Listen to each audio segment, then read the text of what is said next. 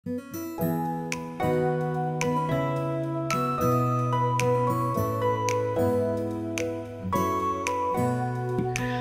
be with you. I'm Brother Jack. I'm Mark. I'm Fernan, and this is Usapang Tinapay. Magandang gabi mga tinapay. Kumusta bro? Kumusta? Hello. Parang tagal natin yun, no? Oo. Sama-sama. Welcome po ulit sa another episode ng Usapang Tinapay. Amen. Tayo po ngayon ay nasa 29th Sunday in Ordinary Time.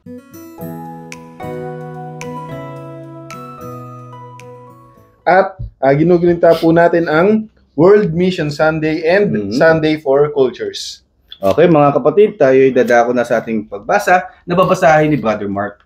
Okay, so unang pagbasa. Pagbasa mula sa aklat ng Exodo. Noong mga araw na iyon, ang mga Israelita ay nasa Rephidim at sinalakay sila ng mga Amelisita. Sinabi ni Moses kay Joshua, "Pumili ka ng ilang tauhan natin at pangunahan mo sa pakikipaglaban sa mga Amelisita. Tatangnan ko naman ang lungkod na ibinigay sa akin ng Diyos at ako'y tatayo sa ibabaw ng burol." Sinunod ni Joshua ang utos ni Moises at hinarap niya ang mga Amelisita. Si Moises naman kasama sina Aaron at Hur ay nagpunta sa burol. Kapag nakataas ang mga kamay ni Moises, nananalo ang mga Israelita. Kapag nakababa, nananalo naman ang mga Amelisita. Nangawit na si Moises. Kaya sina Aaron at Hur ay kumuha ng isang bato at pinaupo roon si Moises habang hawak nilang pataas ang mga kamay nito hanggang sa lumubog ang araw. Dahil doon nalupig ni Joshua ang mga Amelisita. Ang salita ng Diyos. Salamat sa Diyos. So yun, Brother Mark, salamat sa pagbasa. Bro, may mga karakter dito mga nabanggit, no? Ang daming karakter. So, and paano mo rin siya mapapaliwanag, bro? Okay, so yun, yung kwento kasi niyan, no? Andyan si Moises, no? Andyan si Joshua, na leader ng mga, isa siya sa mga pinuno doon sa nasasakupan ni Moises. No, tapos kasama niya si Aaron at saka si Hur, binanggit din diyan. Nakasama raw ni Moises sa bundok na tumulong sa kanya para itaas yung kanyang kamay. Kasi siyempre si Moises napapagod, no, habang tinataas niya kamay, nangangalay, napapagod, no. So si Aaron at saka si Hur, sila yung sumusuporta sa kamay. No, kasi nga may kalaban sila, yung mga Amelisita. No, si Joshua yung leader ng mga Israelites, no. So habang naglalabanan yung Amelisita, yung mga Amalekites sa English, at yung mga Israelites. So habang nakataas yung kamay ni Moises, nananalo yung mga Israelites, no. At pag binababa naman niya, nananalo naman yung mga Amalekites. Ibig sabihin, natatalo yung mga Israelites. At yun, yung naging magandang tulong dito ni na Aaron at saka ni Hur ay yung nung napapagod na nga si Moises, sila yung taga-taas ng kamay niya. Nakaupo si Moises kasi nangangali na nga napapagod. Pero yung kamay ni Moises nakataas kasi tinataas ni Aaron at saka ni Hur. No? So, si Aaron, kapatid siya ni Moises. Yes, no? At si Hur naman, isa rin siya sa mga pinuno na advisor naman ni Moises. No? Ayun, so kitang-kita mo din yung yung kwento ng pananampalataya, yung malaking tulong ng pananampalataya, yung panalangin ni Moises para manalo yung mga Israelites. Kasi habang nakataas yung kamay niya, nananalangin siya, humihingi siya ng tulong sa ating Panginoon. Ibig sabihin, inaasahan yung maiging tulong ng Panginoon, hindi yung lakas ng tao lang. No? Yun yung ina-emphasize dito na tayo habang nananalangin, ang inaasahan natin ay ang tulong ng Panginoon. Yes. No? Kaya nananalo yung mga Israelites at tayo nananalo din sa buhay pag tayo nananalangin. No? At si Aaron naman at Hur, so taga-suporta nga sila. No? So pag napapagod nga si Moises, sinusuportahan nila, no, tinutulungan. Parang tayo ngayon, no, sa ating pananampalataya, may mga kapatid tayo na syempre minsan nanghihina, minsan Humihina nga yung pananampalataya, no? Ang purpose natin bilang Aaron at Hur, tayong susuporta sa kanila na para magpatuloy sila sa pananampalataya at pananalangin. Amen. Ano ibig sabihin nun? Sasamahan natin sila, tutulungan natin sila, no? At magiging present tayo sa kanila. Pupuntahan natin sila, kakausapin, no? Kasi tayo naman, may makausap lang. Kumbaga, kung tayo may problema, may makausap lang tayo ng mga kapatid natin. Oo.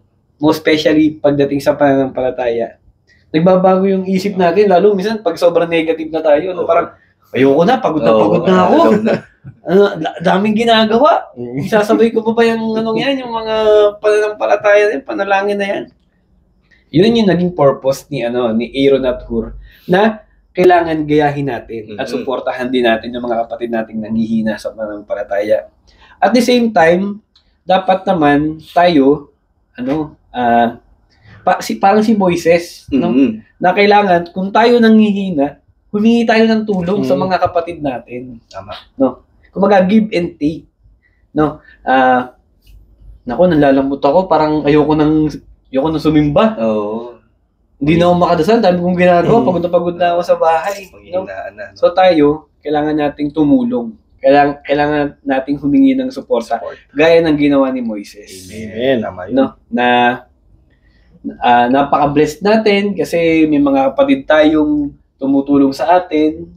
At sana tayong lahat makahanap ng ganun. Yeah. No? Na yung mga kapatid na alam nating naandyan, pag kailangan natin sila, most especially pag tayo ay nanghihina, Tama. may mga pinagdadaanang hindi natin kayang tayo lang mag-isa. Kasi nga, yung pananampalataya, hindi lang siya basta personal. No? Kailangan, para mas umalab siya, kailangan natin ng kasama. Kailangan natin ng community.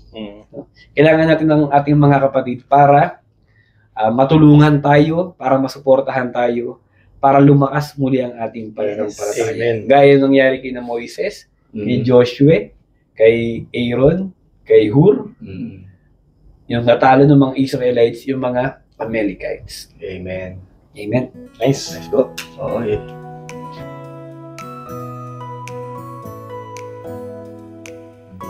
Okay, so yun. Ang ganda ng first reading, no?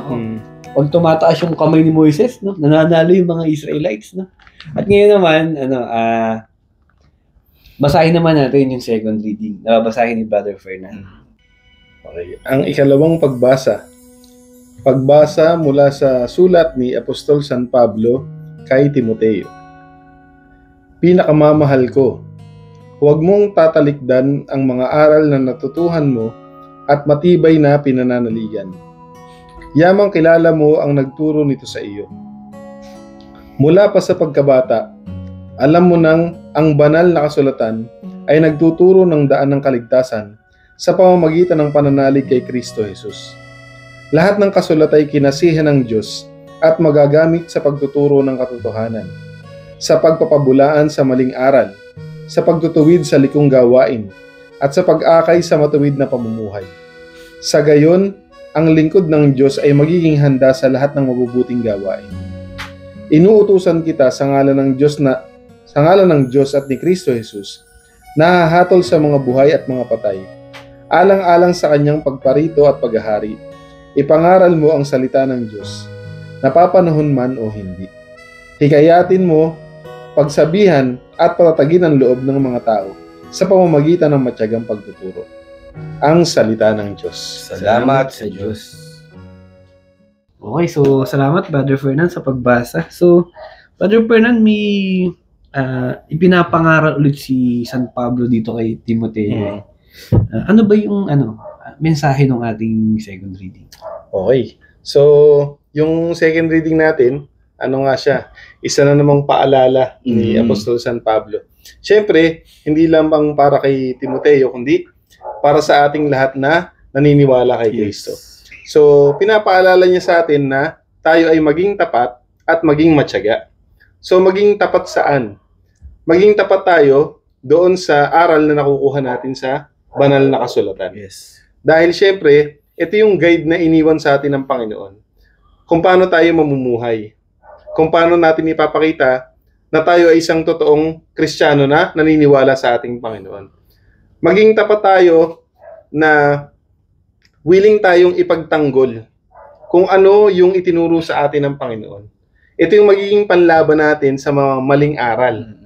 Ito yung magiging panlaban natin sa kaguluhan, sa kalituhan, sa panghihina. Kapag yung mga kapatid natin, kagaya nga nung nabanggit kanina, no, pag pinanghihinaan ng loob, saan tayo kukuha ng lakas? Siyempre sa Panginoon. Saan natin mababasa yun? Sa kanyang banal na salita. Nagiging tapat tayo dahil may guide na iniwan sa atin. Siyempre alam naman ni Lord na mahirap namang mamuhay na naaayon sa kalooban niya kung wala tayong guide na pagbabasihan. So ito nga yung kanyang banal na kasulatan. At magiging tapat tayo sa pangangaral kahit hindi uso. Siyempre, alam naman nating lahat na kapag ang pinag-uusapan na salita ng Diyos, nako, ang dami na dyan, inaantok. Ang dami na dyan, walang oras. Ang dami na dyan, walang pakialam. Tsaka hindi uso, hindi naman trending yan eh. Kasi nga salita ng Diyos yan. Pero, pinapaalala sa atin ni Apostol San Pablo na kailangan maging tapat tayo. Dapat lagi nating ipapangaral or i-share, no? Kung hindi mo kayang mangaral i-share mo. 'Di ba? Kung hindi mo siya kayang bigyan ng explanation, kung hindi mo siya kayang bigyan ng interpretation, i-share mo man lang yung salita ng Diyos. At kailangan din natin maging matyaga na kahit na tayo ay nahihirapan, kahit tayo ay napaka-busy, no? Yung mission natin na ipakalat yung mabuting balita, kailangan dire-diretso lang, no? Magtiyaga tayo. Kung yung ibang bagay nga na pagtsatsagaan natin, ito pa napaka-importante nito. Kasi nga hindi na namin kayang i-stress pa ng mas matindi pa. Kung ano ang importansya ng salita ng Diyos. Kung maaari lang maglaan kami ng isang episode para bigyan lang ng diin kung gaano to ka-importante. Kaso kulang pa rin yun para maipakita namin kung gaano ka-importante to.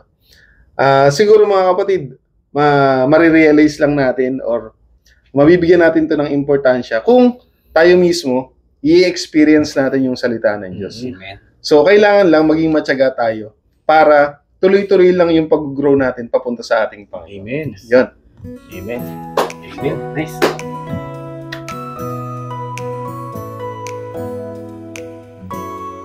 Okay. Ngayon naman, dadako tayo mga kapatid sa ating mabuting balita na babasahin ng ating kapatid na si Gerald. Yes, bro. Ang mabuting balita ng ating Panginoon ayon kay San Lucas. Papuri sa iyo, Panginoon. Isinalaysay ni Jesus ang isang talinghagang upang ituro sa kanila na dapat sila laging manalangin at huwag mawalan ng pag-asa. Sinabi niya sa isang lungsod na may isang hukom na walang takot sa Diyos at walang iginagalang na tao. Sa lungsod na iyon, may isang byuda. Lagi siyang pumupunta sa hukom at sinasabi, "Bigyan po ninyo ng katarungan sa aking usapin." Tinanggihan siya ng mga hukom sa loob ng mahabang panahon. Ngunit nang magtagal, ay sinabi ng hukom sa sarili, "Kahit ako'y walang takot sa Diyos at walang iginagalang na tao, ibibigay ko ang katarungan ng hinihingi ng byudang ito, sapagkat lagi niya akong ginagambala at baka mainis pa ako, kapupunta niya rito." At nagpatuloy ang Panginoon, "Pakinggan ninyo," sabi ng masamang hukom na iyon. "Ngayon, pagkakait kaya ng Diyos ang katarungan ng kanyang mga hinirang na dumaraing sa kanya araw-gabi. Sila kaya'y paghihintayin niya ng matagal? Sinasabi ko sa inyo, agad niyang ibibigay sa kanilang katarungan. Ngunit sa pagbabalik ng anak ng tao, may daratnan pa kaya siyang taong may pananampalataya." Ang mabuting balita ng ating Panginoon. Pinupuri ka namin, Panginoong Kristo. So ayun itong ating gospel, kumbaga parang may iniwang tanong yung ating Panginoon sa atin. Sa dulo. Brother J, ano na yung naging reflection mo dito sa ating mabuting balita? Yes, bro. Ngayong buwan ng Oktubre ay buwan ng banal na Santo Rosario. Mm. Noong October 7, ginungita yung the Feast of Consecration of Our Lady of Rosary. So dito sa mabuting balita mga kapatid, ay isinalaysay dito na yung panalangin na walang humpay. Mm. Kasi dito sa talinghaga na sinabi ni Jesus, no, mga kapatid, sinabi niya dito yung isang balo na pumupunta daw doon sa may hukom na masama. Mm. So dahil pumupunta yung balo doon, parang humihingi siya ng katarungan doon sa kahilingan niya. So dahil dito, itong hukom na masama daw, sabi nga ni Jesus, ay hindi pinagbigyan itong balong ito. Kaya itong balong ito, paulit-ulit at kinukulit ni Balo itong hukom na ito. Oo. So ngayon, itong hukom na siguro nasar na, nakulitan na. Kaya siguro sabi-sabi nung hukom na yan, ay, pagbibigyan ko na nga to, bibigay ko ng kahilingan nito at baka mabubuwang ako dito. Siguro ganun iniisip nung hukom. Kaya ginrant yung kahilingan nung Balo. Kaya itong hukom na to, ibinigay yung kanyang kahilingan ng Balo na yun. Tapos, ang sabi nga dito ni Jesus sa may bandang huli, kung ang hukom daw na masama ay binigay yung kahilingan, what more pa kaya yung Panginoon nating mabuti? Amen. Dito mga kapatid, sa aking refleksyon, sa aking pagdinilay dito, huwag tayong manawang magdasal. Mm. Ang Panginoon natin ay hindi siya nakukulitan na paulit-ulit yung pinagdarasal din natin. Alam niyo ba mga kapatid, ang paulit-ulit na panalangin ay musika sa pandinig ng ating Panginoon. No? Kaya sa paulit-ulit nating panalangin mga kapatid, hindi lang ito basta dalangin or dasal. Kasi dito mga kapatid, sa paulit-ulit na dalangin, tayong nagdarasal, tayo yung unang mabago or unang magbabago. Kasi dito natin malalaman mga brothers na dito tayo talaga magpapakumbaba sa Diyos. No? Kasi sa panalangin na paulit-ulit, dito natin malalaman yung hinihiling natin na hindi pala ito yung plano ng Diyos. Yung hinihiling pala natin doon natin makikita na ito pala yung plano ng Diyos para sa akin. Higit pa sa hinihiling ko sa mga dalangin ko. Halimbawa, Brother Fernando, nung tayo binata pa, di ba? Mga binata, pag tayo may nagugustuhan babae, babae to. Di ba pag may nagustuhan tayong babae, minsan nananalangin tayo na, ay gusto ko yung makasama kong sa buhay na babae, mabait, masipag. Pero ang binigay sa iyo ng Panginoon, sobrang bait, sobrang ganda, di ba? Celebrity pa. Di ba? So mas maganda pa ang plano ng Diyos sa sa panalangin natin, sa panalangin mo. Kaya dito, mga kapatid, ang tanong din dito, ilang beses ka bang nananalangin ng paulit-ulit? Ilang beses ka ba nagro-rosaryo na paulit-ulit na dalangin? Ilang beses ka ba nagpapamisa sa tuwing nagsisimba ka? Pero sa tingin mo ba sa mga dalangin mo na yon ay dininig ng Diyos? Marami siguro sa mga kapatid din natin na minsan nadi-disappoint kasi nga every time sila nagpe-pray, walang dumarating. Okay lang yun mga kapatid.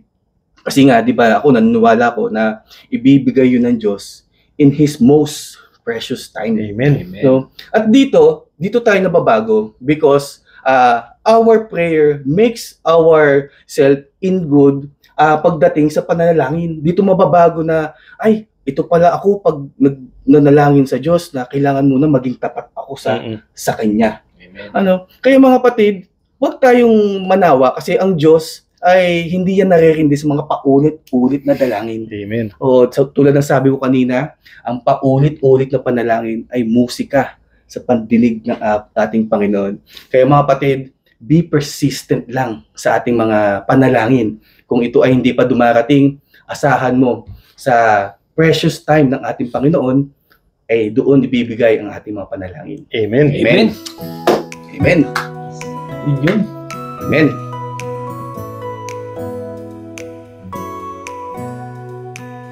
Okay.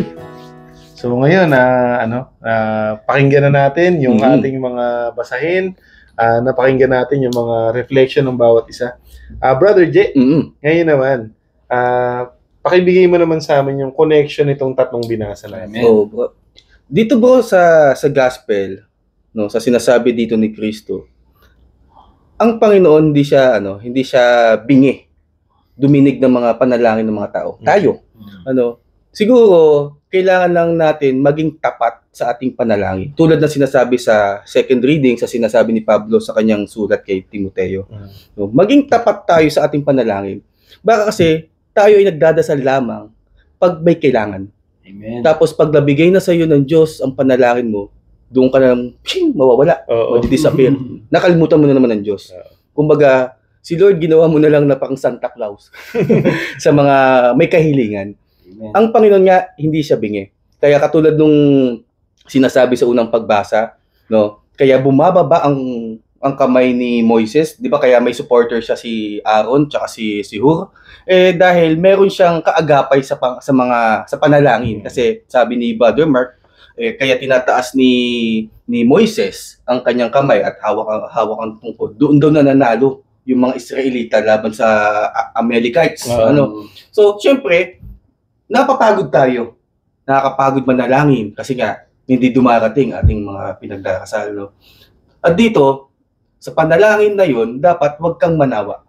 Wag kang mapagod. Wag tayong mapagod manalangin sa Panginoon. No? Kasi talaga nakakapagod talaga. Amen. Oo, nakakapagod manalangin. Kung yung pinapanalangin mo, walang nangyayari, walang dumarating.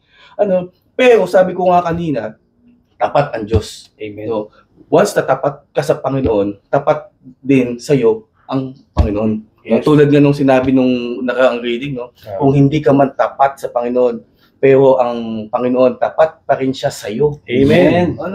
Kaya mga kapatid, ang pinaka-connection ng mga binasa namin nila Brother Mark Fernan, regarding sa panalangin.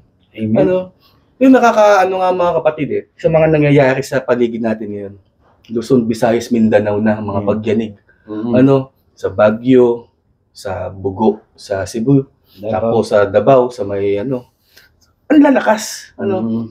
Napansin ko lang na ito ngayon ko lang ito naisip pag may bumulong sa akin na napakahiwaga nung number 10. No? Yung lindol sa Cebu, di ba nangyari siya at 30 ng September? No? And then after 10 days, nagkaroon naman ng lindol sa Davao. Pang ilang number ang October, di ba? Ika-10. Yung lumindol sa Cebu, nangyari siya ng alas 10 ng gabi. At doon naman sa Davao, 10:30 ba yun? Ng umaga naman. Ngayon, biglang may narinig ako na manalangin ka ng rosaryo. Rosary ka. Ngayon, ilang beses natin dinarasal ang Aba Ginoong Maria, Santa Maria? 10 beses. Ilang beses ka rin mananalangin ng Ama Namin at Luwalhati? 10 beses. So ngayon tayo manalangin sa Panginoon kasi kumakatok ang Diyos sa atin ngayon. Kumakausap sa atin ng Diyos ngayon na manalangin tayo ng walang humpay. Amen. Manalangin tayo ng rosaryo. Oo. Kaya bigla kong nag 10 daw, rosaryo. Napaisip ko nga, napakahiwaga ng 10 ngayon. Ng 10 ngayon. Kaya sa connection natin sa mga basahin ngayon, talagang ang mensahe sa atin ng Panginoon, manalangin tayo. Huwag tayong panghinaan ng pagdarasal. Baka naman kasi puros ang dalangin natin is puros kahilingan. O kailangan natin magpasalamat at humingi ng tawad. Amen. Yun talagang pinaka-importante kasi kailangan natin ng panalangin ng buong bansa, ng mga kapwa nating Pilipino sa nangyayaring kalamidad ngayon. Amen. So, yun sa akin mga kapatid. Nice. Yun.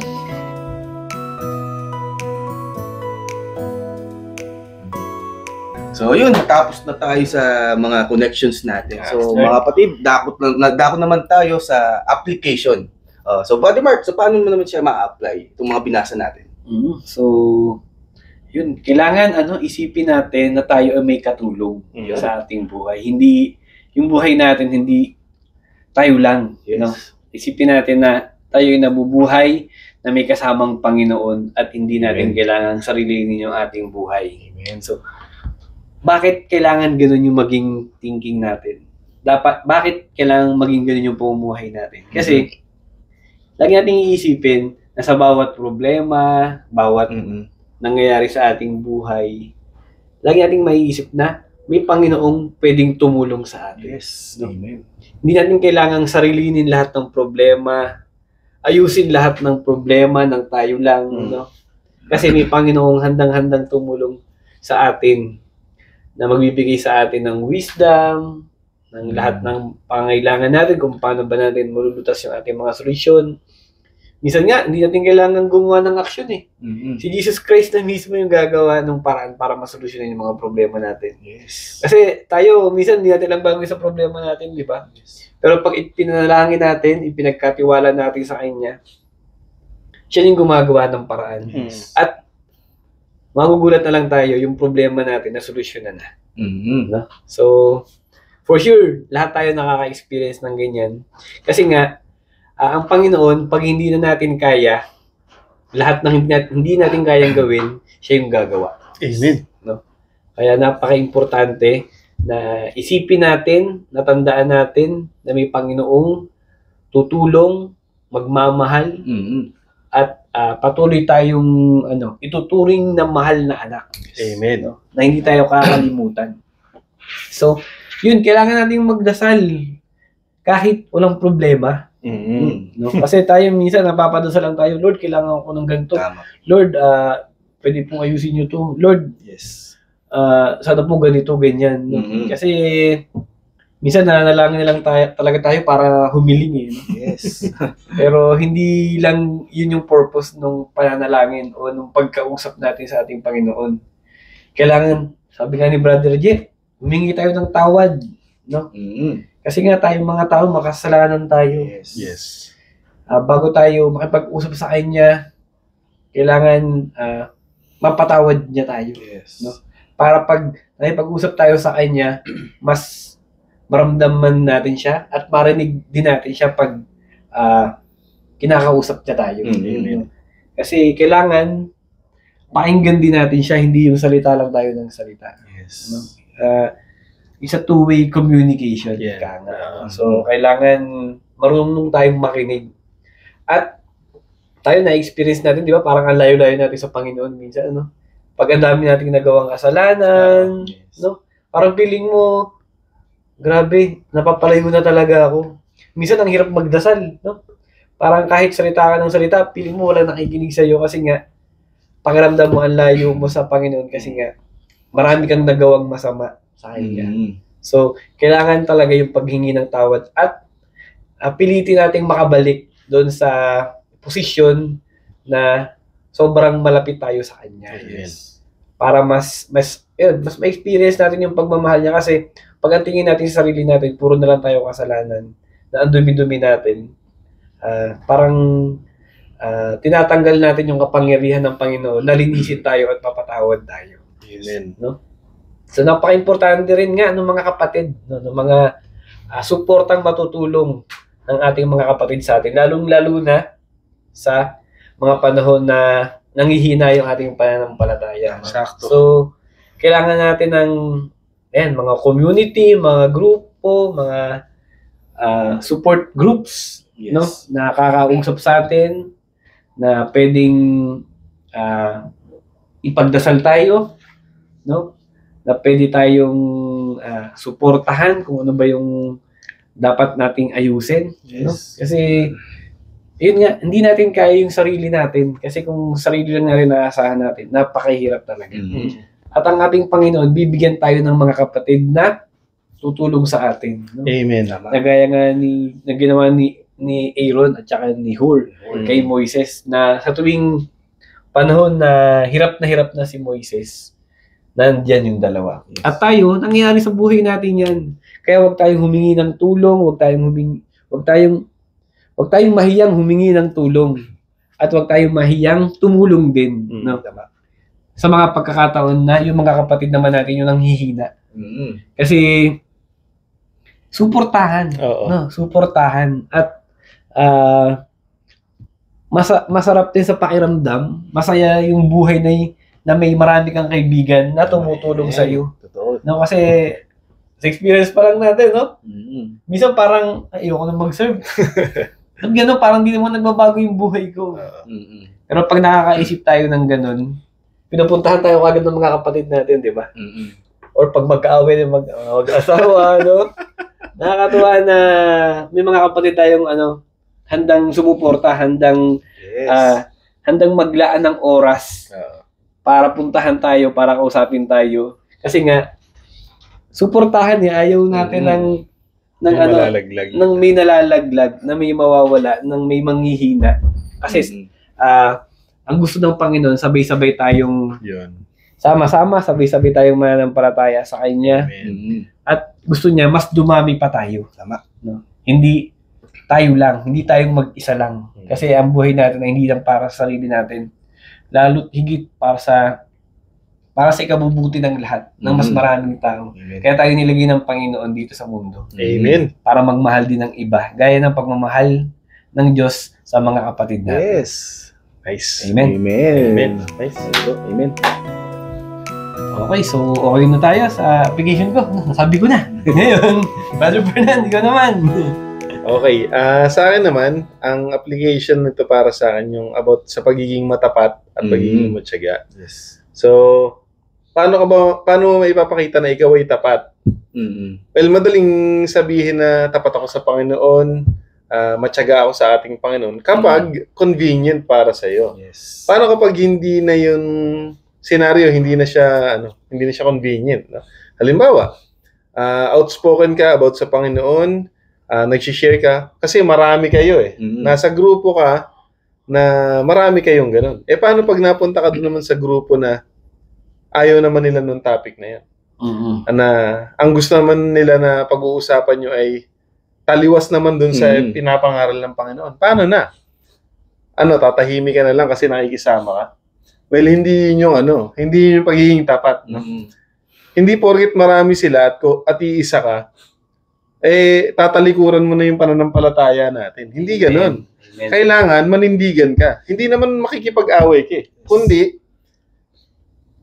ilaban mo yung pananampalataya mo na hindi ko yan gagawin. Hindi porket ginagawa niyo yan, gagawin ko. Hindi yan tinuturo ng ating Panginoon.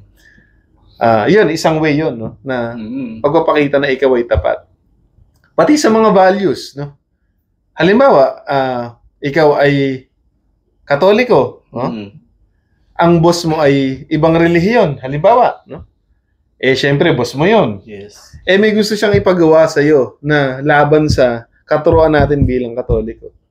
Susunod ka kasi boss mo yun. Well, pagiging tapat ba yun? Syempre, hindi. Oo. Alam ko, mahirap yung sinasabi ko. Alam ko, syempre, mga empleyado, kailangan makisama ka sa amo mo. Pero, hindi doon natatapos yung pagiging Katoliko mo. Hindi doon natatapos yung pagiging Kristiyano mo. Pwede mo yun ipaliwanag ng tama, no? Nasabihin na hindi ko po yan pwedeng gawin. Kasi isipin mo, trabaho lang yan. No, ang ipinaglalaban mo rito, yung relasyon mo sa Panginoon. Kung may isang bagay na maglalayo sa iyo sa Panginoon, hindi yan para sa iyo. 'Di ba? Alam ko,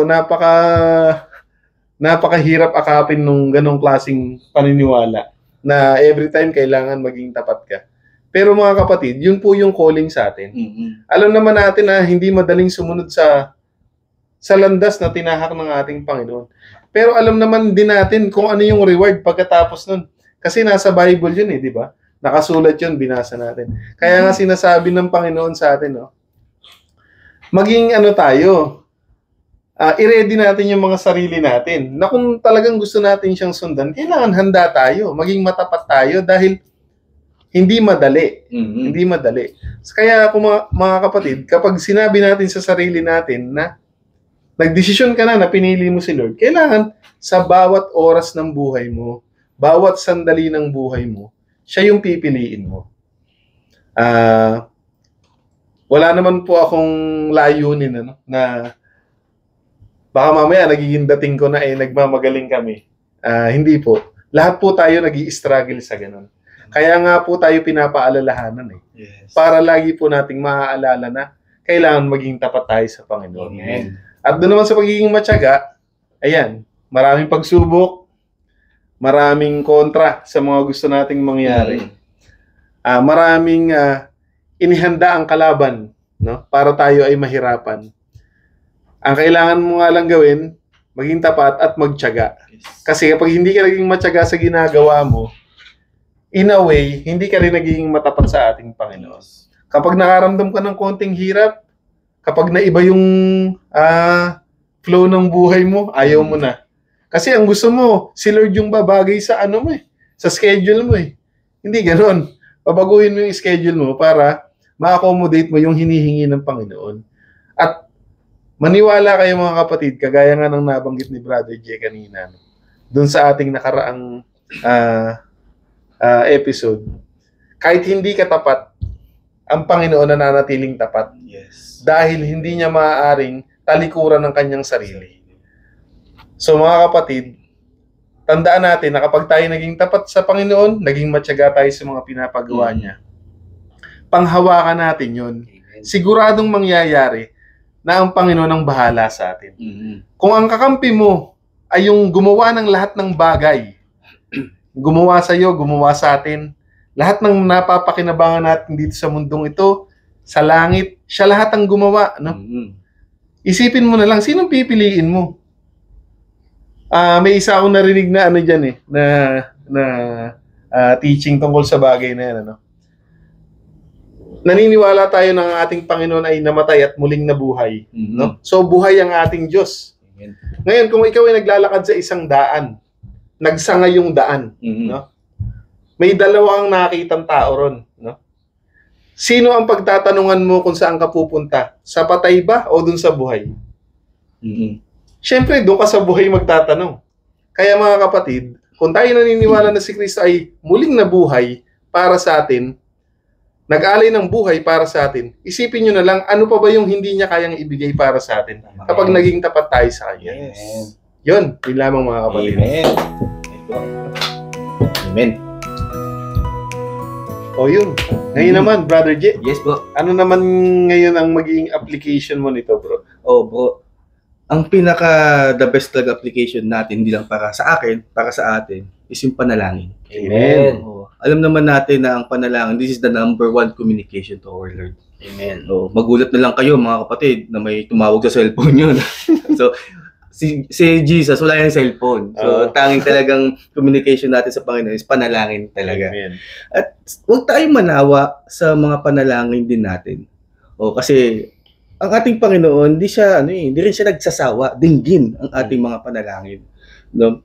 At huwag lang tayo basta manalangin sa ating Panginoon na kung ano lang may kailangan tayo. No? 'Di ba nga mga kapatid, pag tayo nagkakaroon ng problema, ito may sakuna, wala naman tayo ibang unang tinatawag, no? 'Di ba? Pag may nangyari sa halimbawa, pag umalog ang bahay, oh Lord, Diyos ko. 'Di ba no? Siya lang naman talaga ang tinatawag din natin. 'Di ba? Baka naman nananalangin lang tayo pag umalog na yung bahay niyo. Doon lang tayo nakakaalala sa Panginoon. At gusto ko din idagdag mga brothers, mga kapatid, is yung sa pagdarasal ng Santo Rosario. Amen. Amen. Alam niyo, sobrang bisa ng panalangin ng Rosary. Kasi yan ang ayaw pakinggan ng demonyo. Kasi di ba ilang beses natin inuulit yung Hail Mary, Holy Mary, yung Our Father. No, kasi naririndi ang demonyo dyan sa paulit-ulit. Di ba bro Mark, pag kayo nagtatalo ng partner mo, ng asawa mo, pag paulit-ulit, di ka ba maririndi? Oo. Hindi ba nakakarindi siya? No? At saka, Talaga example. dahil lang naman na example. Di ba nakakarindi? Pag paulit-ulit lang kayo nag-aaway, paulit-ulit na pinag-uusapan nyo yung ganyang away, no? Di ba? Nakakarindi. So, ayaw ko kasi pakinggan ng demonyo yung paulit-ulit na ganung dasal. Dapat mag-rosary pa para marindi talaga siya. Oo, dapat ka sa isang ako siguro every time. Nagdarasal tayo ng banal na rosaryo. Kasi nga 'di ba sabi sa sinabi sa Lucas, sa basahin sa Lucas, 'di ba? Sabi ng isang anghel nung nagpakita si angel kay Mother Mary. Anong sabi ng angel?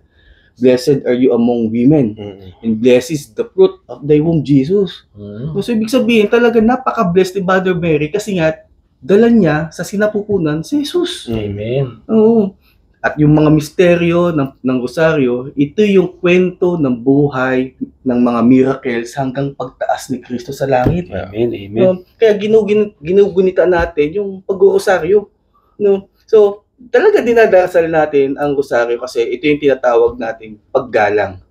So, may tatlong klase ang veneration o paggalang. Yung dulya, hyperdulya, at latria. Ang latria, ito ay sa ating Panginoon lamang, yung pagpupuri.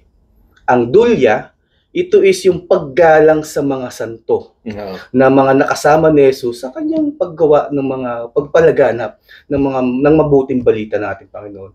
At ito yung hyperdulya, kay Mama Mary naman to. Yung paggalang sa kanya, yung pagdasal ng rosaryo. Kaya idinidiin ko talaga maigi mga katinapay, mga kapatid, ang pagdarasal ng rosaryo. Kasi sa pamilya namin, yung parents ko, nanay ko, napaka-devoted nila sa pag-rosaryo kay Mama Mary. Alam niyo yung pagbabiyahe kami mga kapatid sa, halimbawa malayong lugar, kasi akong nagdadrive, katabi ko nanay ko, nagdadasal si Mama. Oo, minsan pa nga ito, nakwento ko na nga din to eh. Minsan narinig ako sinasabi ni Mama, oo, akala ko anong nasutsot. Pero yung paglingon ko, may hawak si Mama Rosario. Nagdarasal siya habang nabiyahe kami.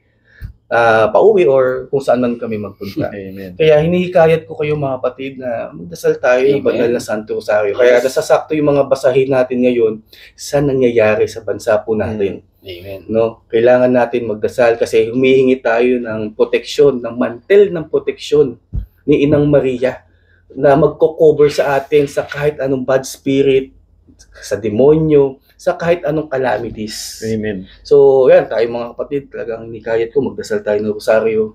Ayan, sa ating lahat. So, yun, isa akin mga. Amen. Amen. Nice. Galing. Thank Kasi you, bro. ngayon ko lang din nalaman na kasi di ba pag nagpe-pray ka ng rosary, syempre inisip mo si Mama Mary, si Papa Jesus. Yung pala, nakakarindi pala yun sa demonyo. No? Oo. So, may natutunan ako ngayon. At tayong lahat. Tsaka mga kapatid, no? Di ba ang sa rosaryo, may 5 mga mystery. For example, ibang araw ngayon, Lunes, joyful mystery. Diba? Sa una, may mga part dyan na mystery. For example, yung first mystery is prayer ito for your family. Yung sa second mystery, prayer for community, for the churches, or personal intentions. So, every mystery na yan, may mga in-prayer intentions yan. Amen. Oo. So, yun yung kagandahan ng pag-rosaryo. Amen. Nice. Ayun, maraming salamat mga kapatid. Thank you. Praise God. Maraming salamat po sa muli niyong pagsama sa amin sa isa na namang episode ng Usapang Tinapay. Yes. Mga kapatid, kung nagustuhan niyo po yung kwentuhan namin, kung may napulot po kayong aral, please like, share, and subscribe. Nang sa ganun mga kapatid, matulungan nyo kami na maikalat yung mabuting balita ng ating Panginoon. Yes. Yung pong maliit na effort nyo mga kapatid, napakalaking bagay po sa amin. Oo, mga kapatid, gusto ko lang po i-shout out. Ayan, si Sister Wen. Hi, sis. Ayan, Sis Wen. Ayun, sa'yo sis. Ganun din kay Brother Abel. Oy, bro! Oy. Best friend ko yan, si Hello, Abel. bro. Kumusta? Bro, So yun mga kapatid, no? So sa baba po dyan is may comment section. So pwede po kayo dyan mag-comment kung ano yung mga gusto nyo sabihin. Mga mensahe na ating Panginoon, so, or any inspiration message na sasabihin din natin.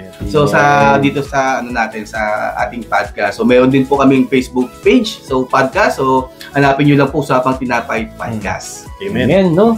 Grabe, ang daming natutunan, no? Yes. Yung manalangin, yung walang tigil na panalangin, yes. no? Yung kasi maganda sa pandinig ng ating Panginoon 'yan at Tama. naiinis yung Kalaban. yung kalaban diyan, no? At syempre, yung pagiging tapat, yung ipaglalaban natin yung ating pananampalataya at lagi nating iisipin nandiyan ang Panginoon. No? May susuporta sa atin at may mga kapatid na pwedeng tumulong sa atin. Okay, so next week, mas marami pang lessons ulit, mas marami pang learnings ulit sa mga readings at samahan niyo po ulit kami at huwag niyo po kaming tatantanan, no? Okay, at lagi po nating tatandaan Na ang tao ay hindi lamang sa tinapay na bubuhay. Kundi sa bawat salita ng Diyos. Thank you. Bye! Thank you. Paalam.